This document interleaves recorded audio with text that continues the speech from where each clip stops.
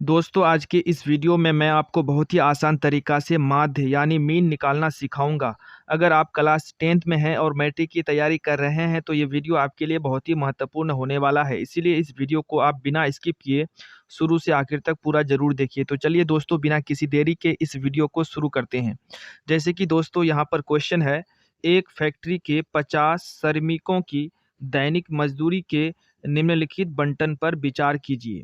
जैसे कि यहाँ पर एक टेबल दे दिया है, इस पर हम लोगों को विचार करना है और फिर उसके बाद एक उपयुक्त विधि का प्रयोग करते हुए इस फैक्ट्री के यानी श्रमिकों की माध्य दैनिक मजदूरी ज्ञात कीजिए।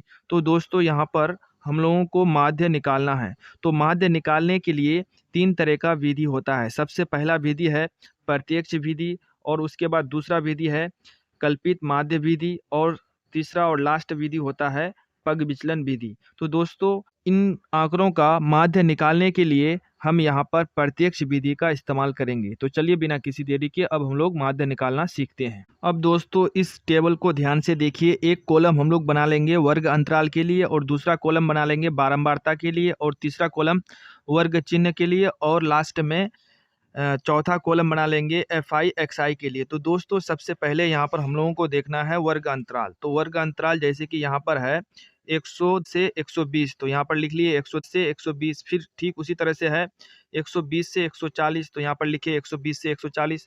फिर उसके बाद है यहाँ पर 140 से 160, तो यहाँ पर लिख लिए 140 से 160। फिर उसके बाद है यहाँ पर 160 से 180, फिर उसी प्रकार 180 से 200 वर्ग अंतराल है, ये हम लोग यहाँ पर लिख लिए। अब दोस्तों यहाँ पर हम लोगों को बारंबारता लिखना है। उसके लिए हम लोग वर्ग अंतराल देखेंगे। वर्ग अंतराल 100 से लेकर के 120 तक बारंबारता है 12, तो यहाँ पर उतार लेंगे हम लोग 12, इसका हो जाएगा बारंबारता 12। उसके बाद दोस्तों 12 के बाद 14 लिखेंगे यहाँ पर। 14 के बाद है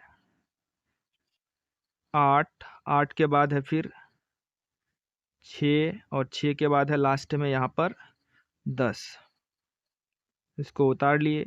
अब दोस्तों ध्यान से यहाँ पर देखिए, जैसे कि यहाँ पर हमने बारंबारता को लिख लिया है। अब इन सभी बारंबारताओं को यहाँ पर हम लोग जोड़ेंगे। जोड़ने के लिए हम लोग यहाँ पर सिग्मा लिखेंगे। सिग्मा का मतलब होता है जोड़ना, समेसन, इसका मतलब होता है सिग्मा। सिग्मा FI, इन सभी को जब जोड़ेंगे तो यहाँ पर आ जाएगा 50। अब दोस्तों यहाँ पर हम लोगों को इस वाले कॉलम में वर्ग चिन्हों को लिखना है। तो उसके लिए दोस्तों सबसे पहले हम लोग वर्ग चिन्ह का सूत्र जानेंगे। तो वर्ग चिन्ह का सूत्र होता है, जैसे कि दोस्तों यहाँ पर ध्यान से देखिए, वर्ग अंतराल है 100 से लेकर के 120 तक। दोस्तों जो छोटा रहेगा उसको हम लोग बोलेंगे निचली वर्ग सीमा, और जो बड़ा रहेगा उसको बोलेंगे हम लोग ऊपरी वर्ग सीमा। तो यहाँ पर ये है ऊपरी वर्ग सीमा, और आपका 100 है यहाँ पर निचली वर्ग सीमा। तो दोस्तों वर्ग चिन्ह निकालने के लिए इसका सूत्र होता है, वर्ग चिन्ह का सूत्र होता है ऊपरी वर्ग सीमा प्लस निचली वर्ग सीमा बटे 2। यानी सबसे पहले यहाँ पर हम लोग ऊपरी वर्ग सीमा को लिखेंगे। तो ऊपरी वर्ग सीमा है 120, उसके बाद प्लस निचली वर्ग सीमा, तो निचली वर्ग सीमा है 100 और बटे 2। इन दोनों को ऊपर में जोड़ेंगे तो हो जाएगा 220 बटे 2। जब यहाँ पर 220 को 2 से भागा देंगे तो यहाँ पर आ जाएगा 110।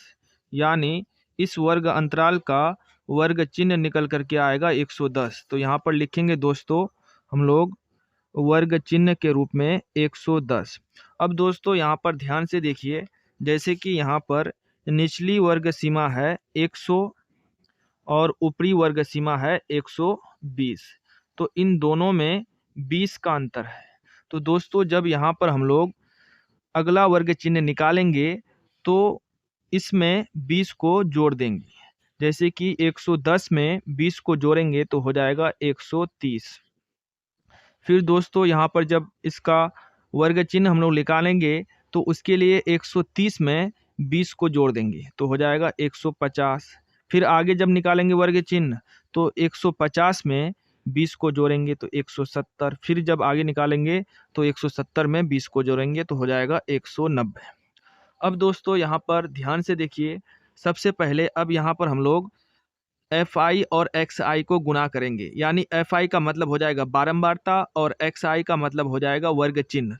तो 12 गुना 110 करेंगे तो आंसर निकल करके आएगा यहाँ पर 1320। फिर उसी तरह से दोस्तों यहाँ पर हम लोग गुना करेंगे 14 गुना 130 तो हो जाएगा यहाँ पर 1820। उसी तरह से 8 गुना 150 करेंगे तो हो जाएगा यहाँ पर 1200। 6 गुना 170 करेंगे तो हो जाएगा यहाँ पर 1020 और 10 गुना 190 हो जाएगा यहाँ पर 1900। अब दोस्तों यहाँ पर इन सभी को नीचे में जोड़ लेना है, तो उसके लिए जोड़ने के लिए हम लोग किसका यूज करेंगे, सिग्मा fi xi बराबर हो जाएगा, इन सभी को जब जोड़ेंगे तो यहाँ पर हो जाएगा 7260। अब दोस्तों यहाँ पर हम लोग लिखेंगे प्रत्यक्ष विधि से, क्योंकि यहाँ पर हम लोग माध्य को प्रत्यक्ष विधि से निकालने वाले हैं। तो दोस्तों यहाँ पर लिखेंगे माध्य बराबर, प्रत्यक्ष विधि से माध्य का सूत्र होता है सिग्मा fi xi बटे सिग्मा fi। तो दोस्तों यहाँ पर ध्यान से देखिए, सिग्मा fi xi का मान है 7260 और नीचे में है यहाँ पर आपका 50, यानी सिग्मा fi का मान है 50। अब ध्यान से देखिए, एक जीरो नीचे का एक जीरो ऊपर का कट जाएगा। अब दोस्तों आपके पास यहाँ पर बचेगा 726 बटे 5। 726 को 5 से जब भागा देंगे तो यहाँ पर आंसर निकल करके आएगा 145.2।